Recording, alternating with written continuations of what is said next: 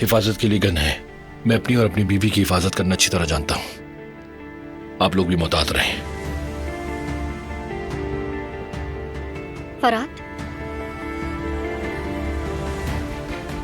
ये क्या हो रहा है? तुमने गन का जिक्र किया, कुछ हुआ है क्या? जवाहिर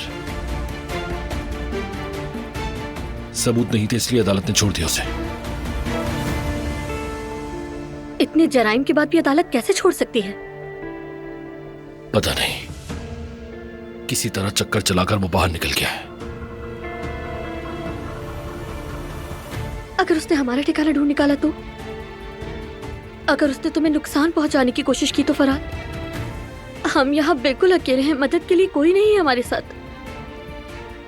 डरो मत गुल, वो आदमी हमारा कुछ नहीं बिगाड़ सकता।